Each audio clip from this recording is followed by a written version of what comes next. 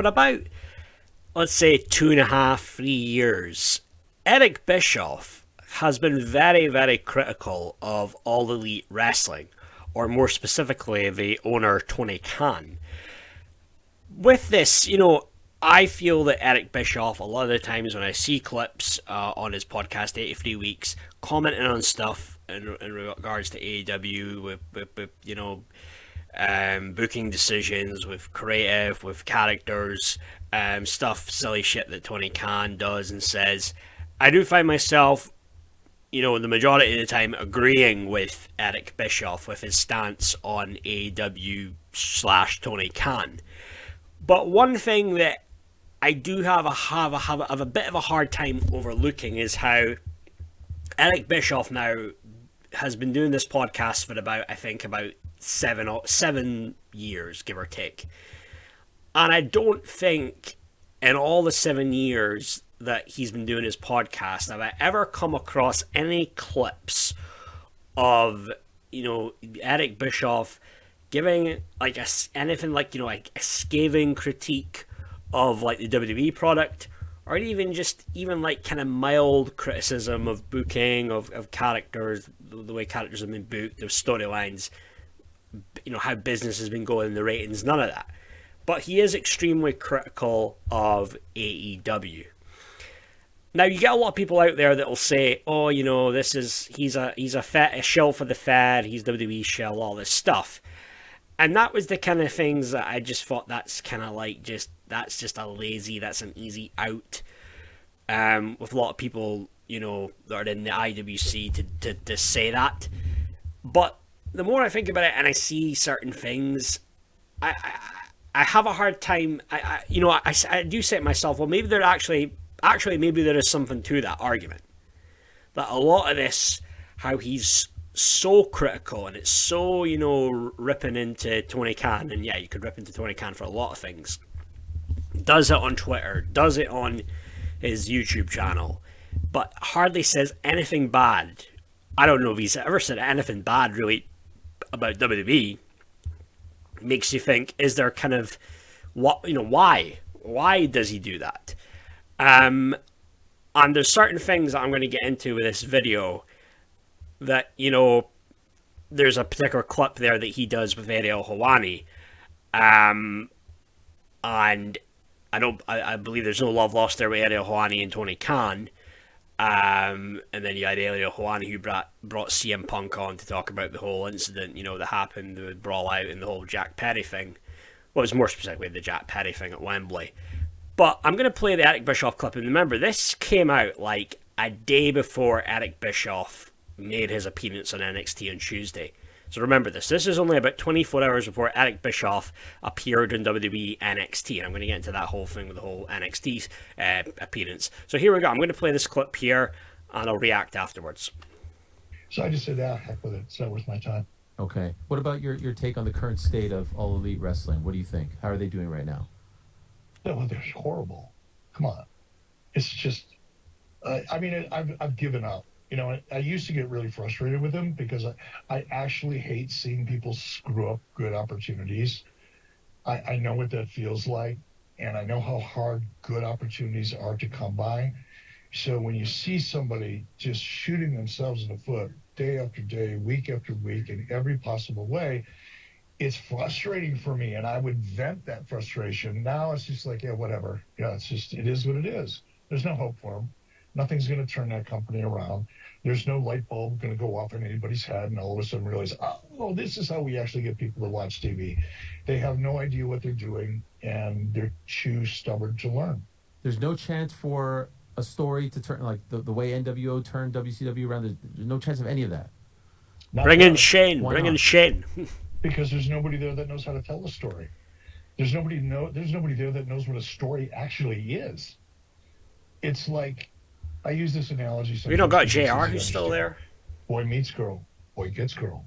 Boy loses girl, boy gets girl back. That's a story. It's not very compelling. Nobody cares. But if Shakespeare gets a hold of it, it's kind of like a version of Romeo and Juliet. So Yeah, you'll hear the fan base say, "Oh, there's great story. There's stories. There's." Dave Meltzer says there's the problem with AEW is there's so many stories people can't keep up with them. I kid you not, he said that, and people take him seriously and send him money every month. What the hell? There's the stories, if there are any, are so bad that only the lowest form of wrestling intellect on the planet finds enjoyment in it. Now, you will find some people, and I think this is cool. If you just like the physical presentation of guys flying all over the place and doing all kinds of athletically amazing stuff, and you don't care about story, you don't care about characters, that's your jam. AEW is your jam. And if that's what you like, more power to you, man. I'm glad you found it.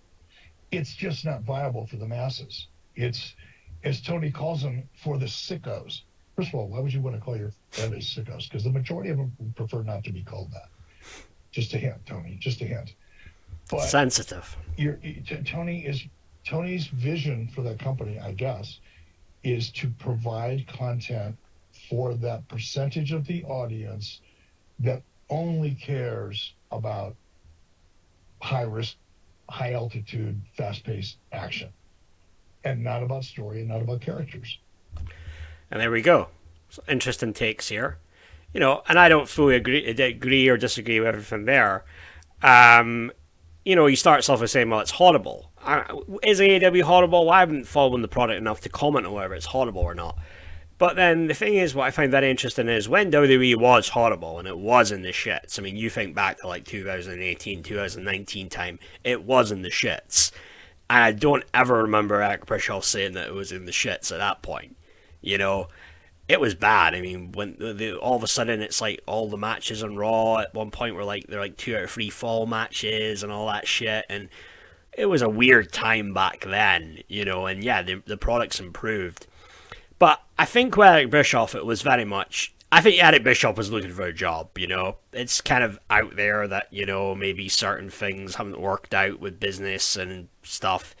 That I guess he was looking for the job. So he had to watch what he had to say. Which I suppose is understandable, but, you know...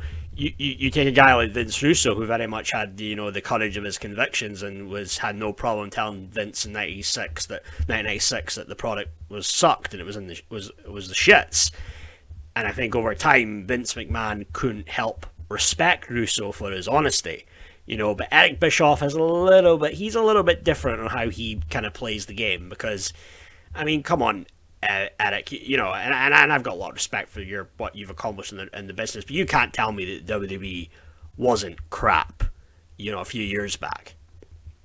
You know, there's still aspects of the show to me that are shit, that are unwatchable.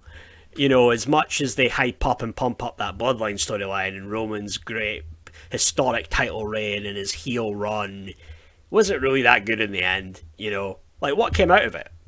Like they booked him so strong. It was so predictable that he would never lose. And in the end, you know, who came out of that strong? I mean, yeah, you can say, well, Cody got the big push and he finished the story. That's one thing. Fair enough. But then, you know, like, you know, Jey Uso, Sami Zayn, Jimmy Uso, are they really world champion material from this Bloodline storyline? Is it really, truly elevated them more? I don't know. I don't think so. So he's very critical of AEW, and I do think it's a little bit unnecessary and a little bit harsh because they're still a relatively new company. They're still learning. I think you've got to give them cut them a little bit of slack, considering the machine that WWE is, that they've been around for so long. Yeah, there's a lot of dumb shit with that company, and you know, a guy like Tony Khan who, you know, can't take the slightest little bit of criticism. And not to get personal, but that could be an issue of him being potentially on the spectrum, just telling it like it is. But he struggles to take criticism. He can be a bit tetchy in that respect. But there seems to be, through all this, a little bit of an agenda, though. And I found him to be a little bit harsh when he was saying nobody knows how to tell a story there. I mean, does that apply to everyone there, Bischoff? That no one at AEW knows how to tell a story when you've got a lot of the veterans in the back? I'm sure maybe they know how to tell stories and have good angles and stuff. But ultimately, if it's Tony Khan's the main man, he's the one guy, that wants to come up with a lot of the creative, wants to be very hands-on with that. You know, these veterans have to know what hill they're prepared to die on, you know what I mean? Because they ultimately know where their bread's buttered. You know, Tony Khan's the boss that's, you know, paying them, I imagine, decent money to work there. But yes, I'm with them on a lot of things, yeah. They've messed up some things, but, you know, there's still potential for them there to grow and become better. So I don't fully agree with everything he has to say about AEW. I think his assessment is somewhat harsh, and it's a little bit, maybe there's perhaps a little bit of an agenda there. And maybe there's a particularly good reason for this agenda, because he might be on the payroll of a particular company. Maybe, you know, I'll just say it right there. You know, there's a title, you know, let's talk about Eric Bischoff and AEW. This title is for a good reason, you know, because I held off saying that whole thing of, he's a shell for the Fed, he's WWE, he's been paid by WWE.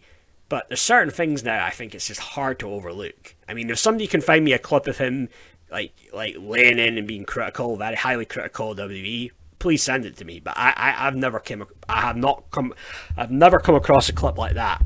And, like, you know, watching, I don't watch all the time, but from like the 7 years he's been doing the podcast, I do watch a fair amount and watch clips here and there.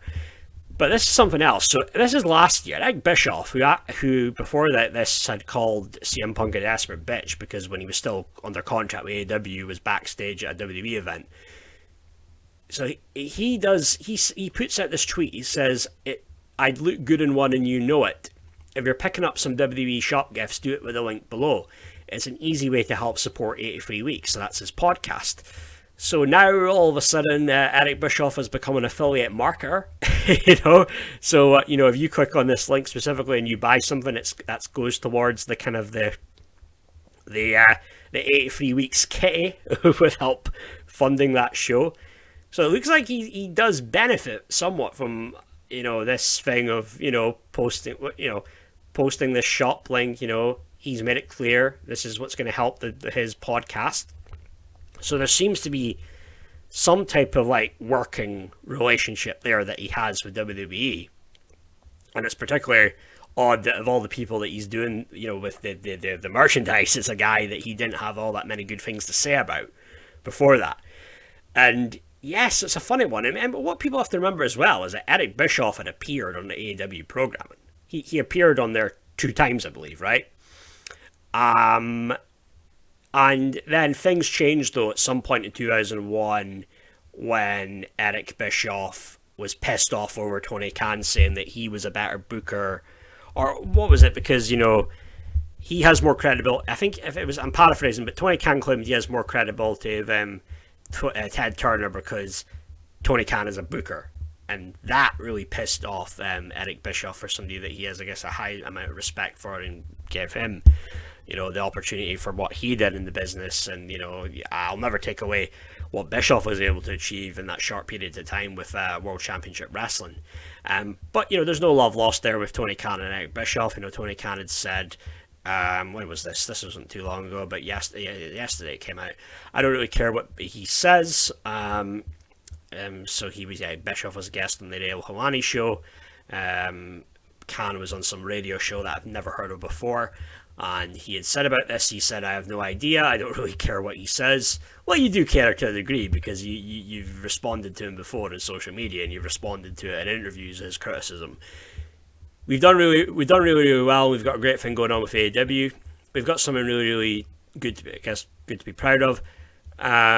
We not only are going to be for years to come doing the shows on TBS and TNT, we're going to set the record for the longest run of pro wrestling ever on TNT. In fact, it's pretty amazing, because for a company that's only 5 years old, we've accomplished so much. Yeah, you got to give them the credit. I mean, what they did last year with Wembley and all that stuff, they've done good things, but, you know, there's no doubt there's room for improvement there. Like you said, set the world record for wrestling ticket sales, and we're not just going into this media rights deal that is historic, and it hasn't even kicked in yet. But then, you know, I mentioned before, so there was the Adel Helwani interview that Eric Bischoff did, and that was a day before he made his appearance on NXT. But the NXT appearance did not do well, so Eric Bischoff showed up. WWE NXT does its worst rating in more than a year. The ratings and viewership data are in for December the 3rd. The show averaged 593,000 viewers and a 0.13 rating among the 18 to 49 year olds. I guess this is only the demographic that matters, right? You know, Jericho makes that whole thing, the joke about being the demo god. So ratings were low. It didn't improve with Eric Bischoff being there, because it seems to be that NXT are doing that thing there where they're bringing in the old guys back. They brought in the ECW guys. They had that show at the bingo hall, and you know, they're bringing in Bischoff. But maybe they'll bring in some more veterans that help. They believe they're hoping they'll spike the ratings or give a bit of a rub to younger talent or whatever. I don't know, man. But it didn't really do anything though for the ratings for Bischoff making that appearance. And but yeah, I mean, I must say from what I see now, I feel like there's a little bit of an agenda there. Because again, I've never seen him say anything critical about the WWE product, the WWE programming. And when you see this associations of stuff and the links or whatever, referral affiliate links he posts on his Twitter, he's appealing on WWE programming. There's got to be something there to that, you know. Could you say that he's straight up just a paid shill for WWE? You could say so, you know, because it is pretty scathing, a lot of the criticism that he has. You know, it's very harsh. It's true. It's a lot of truthful things he says, but it's harsh at the same time. There never seems to be kind of like, I feel, in some of the stuff. Now, it could be, I wouldn't apply it to everything he says, but there seems to be a lot of, you know, just criticism without any solutions there. No, oh, you know what? Maybe if you did it like this, it would have been better. Like you know what I mean, like that. I haven't seen a lot of that. It can just be very scathing, very, very negative. But maybe this is what, you know, he does this for good reason, because that's what brings in the views, and then in turn the podcast makes more money. You know, so there's a lot of this stuff here. You know, Tony Khan, it's like the main ones here. And then, you know, he's getting 191,000 views for saying that what Tony Khan did in relation to the CM Punk footage is pathetic. You know, I'm not going to disagree though with him on that. But this is what brings in the views, and in turn makes more money for the podcast. So there has to be a little bit of, him speaking his mind, and I guess you could say it's him speaking his truth. But at the same time, I think it's got to be a little bit more calculated than that, because it's bringing in a lot of views. As you see to this 83 Weeks podcast, 137,000 views, and it's the caps letters. What was Tony Khan doing? You know, these are the things. This is what's going to bring in the views. This is what will get people to click. And yeah, it's a funny one. The relationship, you know, at one point, you know, he was backstage. He appeared in AEW. There seemed to be a good relationship there. You know, I believe because, you know, his boy, you know, he's good. You know, you've got Conrad, the guy he does the podcast with, and Conrad, you know, he's well connected to people that are in the high places in both companies. But there does seem to be some real heat there with Tony Khan. I don't think it's like a work. I don't think it's all fake. It's all staged. But I think a lot of it is like, this is how he really feels about AEW.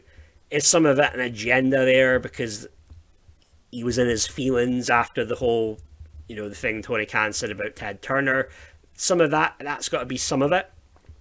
But I think at the same time, there has to be something more to this. Like, I wouldn't be surprised if he was on the payroll with WWE. I wouldn't be surprised, if he was one of those people that, there